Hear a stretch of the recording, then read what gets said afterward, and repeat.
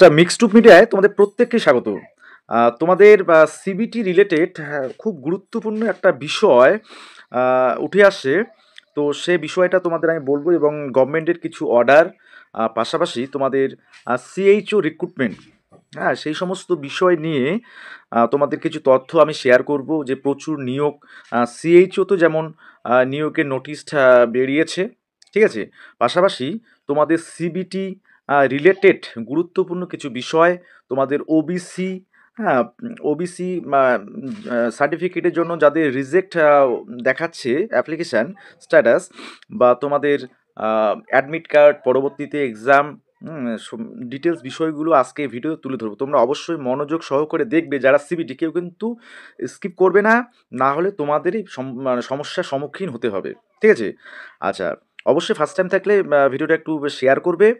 আর অবশ্যই শেয়ার তো প্রত্যেকটা গ্রুপেই আমি আশা করি যে তোমরা করবে, কারণ বিষয়গুলো সেরকমই প্রত্যেকে জানানো উচিত। আর অবশ্যই একটু হাইপ করবে, ঠিক আছে। আচ্ছা দেখো, তো আমি প্রথমে তোমাদের যে বিষয়টা বলছি, আমি গভর্নমেন্ট অর্ডারগুলো পরে আসি।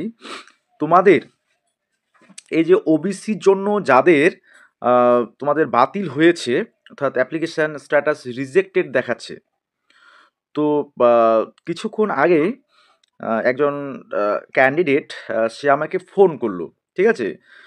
WBHRBর যে হেল্প ডেস্ক নাম্বার, ঠিক আছে, যে নাম্বারটা তোমাদের নোটিশে আছে কিন্তু, হ্যাঁ, 24 তারিখ যে নোটিফিকেশানটা বেরিয়েছিল সেখানে আছে। তো সে নাম্বারে ফোন করেছে।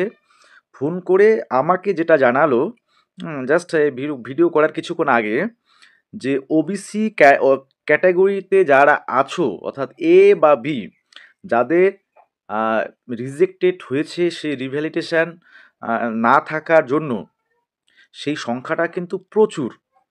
তো সেখান থেকে সেই ক্যান্ডিডেটকে নাকি জানানো হয়েছে যে ওবিসি যে রিভ্যালিডেশনের বিষয়টা, অর্থাৎ রিভ্যালিড করার যে ডেটটা, সেই ডেটটা নাকি 22/9/2025 আগে হতে হবে, ঠিক আছে। তাহলে এটা চলছে আমাদের নভেম্বরের লাস্ট, ঠিক আছে। তো 22/9 অর্থাৎ ব্যাক ডেটে কোনো অফিসে কি সিগনেচার সেটা করবে? আদৌ করবে না। তো সেই ক্যান্ডিডেট আমাকে জানালো বিষয়টা, যে স্যার, হেল্প ডেস্ক থেকে এরকম বলেছে যে রিভ্যালিডেশন, অর্থাৎ ওবিসি সে এ হোক বা বি হোক, তাদের যদি তোমরা দিতে না পারো 22/9 আগের বিষয়, মানে তোমাদের রিভ্যালিড করা এই ডেটের, তোমাদের জেনারেল হিসাবে ট্রিট করতে হবে, মানে ট্রিট করবে তারা, এবং জেনারেল হিসাবে তোমাদের এক্সামে বসতে হবে। হ্যাঁ, সেক্ষেত্রে তোমাদের মানে অফিসে যোগাযোগ করতে হবে, এরকম একটা বিষয় সে বলেছে। এবার আমি সঠিক বিষয়টা আমিও বলতে পারছি না। তো আমি, যারা তোমরা ওবিসি এ বা ওবিসি বি ক্যান্ডিডেট আছো, তোমরা বিষয়টা প্রথমে WBHRBর যে হেল্পলাইন হোক, বা যারা তোমরা কাছাকাছি রয়েছো কলকাতা অফিসের কাছাকাছি, তোমরা অবশ্যই একবার WBHRBর অফিসে যাবে, গিয়ে বিষয়টা একদম ক্লিয়ার করে আসবে, যে রিভ্যালিড করার পরে যদি আমরা সাবমিট করি, ঠিক আছে, রিসাবমিট করি, তাহলে সেটা কি যদি এই ডেটে, অর্থাৎ দেখা গেলো আজকে আমি রিভ্যালিডেশন কমপ্লিট করলাম, তাহলে কি সেটা কি রিজেক্ট হয়ে যাবে আজকের ডেটে যদি দেই? হ্যাঁ, তাহলে মানে সেরকমই নাকি ওনারা বলছেন যে 22/9 আগে লাগবে। তো সে বিষয়টা আদৌ মানে কতটা কি, তোমরা অবশ্যই যারা ওবিসি ক্যান্ডিডেট আছো সেই বিষয়টা একটু খোঁজ নাও প্রথমে, ওকে। এটা কিন্তু খুব আর্জেন্ট, ওকে। আচ্ছা, এরপরে তোমাদের দেখো যে সিভিটির যে বিষয়টা, বাকি বিষয়টা, অর্থাৎ তোমাদের অ্যাডমিট কার্ড, এক্সাম, সেই সেন্টার যেগুলো, অর্থাৎ তোমাদের কিন্তু মোটামুটি সমস্ত কিছুই রেডি প্রায়। তোমাদের স্ট্যাটাস চেক হয়ে গেছে। তোমাদের যার যে সমস্যাগুলো ছিল, তোমাদের সেই সমস্যাগুলো কিন্তু সেই তোমরা স্ট্যাটাসে দেখতে পাচ্ছ, এবং যাদের সেগুলো ফুলফিল হবে তাদের তোমাদের বিষয়টা, অর্থাৎ তোমাদের যেমন কি বলে অ্যাপ্রুভড যখন হবে, তার মানে তোমরা এক্সামের জন্য মানে তোমরা এলিজিবল হয়ে গেলে, ঠিক আছে। অর্থাৎ তোমাদের যে ডিফেক্টগুলো আছে সেগুলো তোমাদের সেই রিসাবমিট, অর্থাৎ যদি ডকুমেন্টস থাকে রিসাবমিট করতে হবে, এবং WBHRB মোটামুটি যে প্রস্তুত সিবিটির ক্ষেত্রে, সেটা কিন্তু গভর্নমেন্টের ওই নোটিশ থেকে 25/11/2025 অর্থাৎ গতকালকে এই নোটিশ থেকে মোটামুটি একটা ক্লিয়ার যে দেখো যারা অ্যাপয়েন্টেড হয়েছিলেন, যে সমস্ত ম্যাডামরা, সিস্টার টিউটর, হ্যাঁ ঠিক আছে, বা আহ, অন্যান্য যে NTS থেকে যারা এসেছিলেন, হ্যাঁ DNS ম্যাডাম, BIN কলকাতা, এরা যারা ছিলেন আর কি WBHRB তে সাময়িক সময়ের জন্য তারা মানে কাজে যোগদান করেছিলেন হেল্প করার জন্য, সেক্ষেত্রে কিন্তু তাদেরকে আবার পুনরায় যে আগের পোস্ট সেখানে জয়েন করতে বলা হয়েছে। তার মানে মোটামুটি WBHRB মোটামুটি তৈরি। হ্যাঁ, তোমাদের যে এক্সাম সেন্টার অ্যাডমিট খুব শীঘ্রই নোটিফিকেশনগুলো আসতেছে। ওকে, আচ্ছা এটা গেল। এবার আমি CHO রিলেটেড একটা নোটিফিকেশান দেখাচ্ছি যে প্রচুর সংখ্যক CHO রিক্রুটমেন্ট হচ্ছে। ঠিক আছে, সেই বিষয়টা নিয়েও আমি কিছু বিষয় তোমাদের সাথে শেয়ার করবো। ওকে, আচ্ছা এবারে দেখো তোমাদের CHO রিলেটেড একটা গুরুত্বপূর্ণ নোটিশ। তোমাদের ফর্ম ফিল আপ 28 তারিখ থেকে সম্ভবত হচ্ছে, ডিটেলস আমরা এখানে জেনে নেব। দেখো টোটাল পোস্ট হচ্ছে তোমাদের 308টা। হ্যাঁ, 308টা কমিউনিটি হেলথ অফিসারের পোস্ট রয়েছে। SC-তে 69, UR-এ 128, EWS-এ 30, OBC A-তে আছে 31, হ্যাঁ OBC B-তে 20, ST-তে 16। হ্যাঁ UR যা ডিসেবিলিটির জন্য আলাদা করে ভ্যাকেন্সি রয়েছে। ঠিক আছে, এজ লিমিট এখানে ডিটেলস দেওয়া আছে, যেগুলো আগে মোট কথা আগে নোটিফিকেশানগুলোতে ছিল অন্যান্য ডিস্ট্রিক্টের, এক্ষেত্রেও সেম।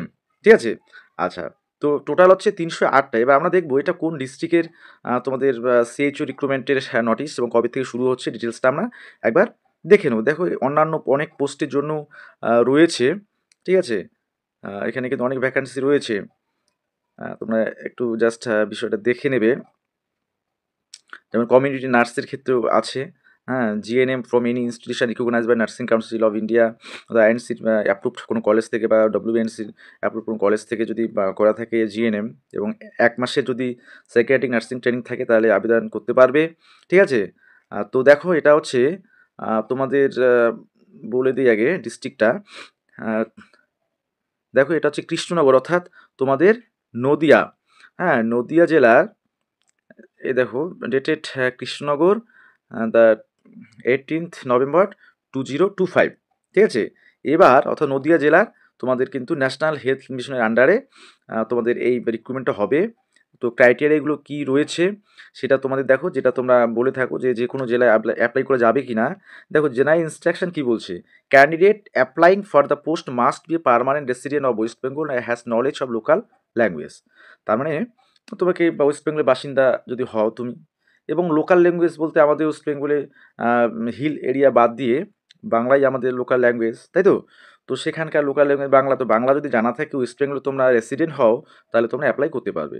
ঠিক আছে, আচ্ছা আর কি বলছে, অনলাইনে একমাত্র অ্যাপ্লিকেশানটা হবে WBHRB গভর্নমেন্ট এই যে অফিসিয়াল ওয়েবসাইটে রয়েছে WB হেলথের, সেখানে গিয়ে করতে হবে। ঠিক আছে, আচ্ছা এবার স্টেপ বাই স্টেপ বিষয়গুলো আছে।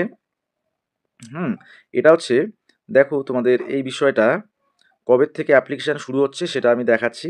এই যে এখানে ডিটেলস আছে, বলছে 19 নাম্বারটা আমি দেখি আগে। All the communications and updates will be made available only at www.nodia.nic.in।